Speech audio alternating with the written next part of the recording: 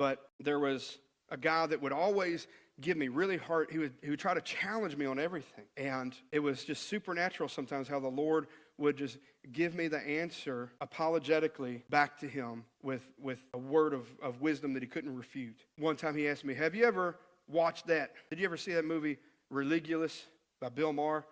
And I said, I know what you're talking about, but no, I haven't bothered watching it. And he said, well, you know, he asked a question in there, do you believe in Santa Claus? And I said, well, there is the historical figure Nicholas of, that, was a bishop and all this stuff. And he goes, no. I mean, do you believe in the Santa Claus that wears a red suit and flies around on reindeer and goes down every chimney on Christmas Eve? I said, no, of course I don't believe that. And he said, well, if you don't believe that, then how can you believe that Jesus can feed 5,000 people with just a couple fish sandwiches? I said, well, seeing how he opened his mouth and the quasars popped out, I don't see how, the fishes and loaves thing was any big deal. You know what quasars are? All the stars in outer space and the expanse.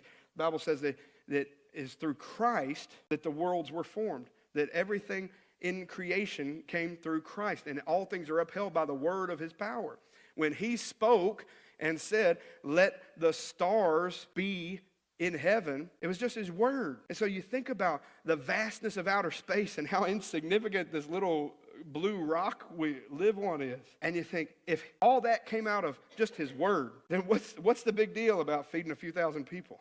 But all of that like in a moment, and the guy didn't have an answer for it.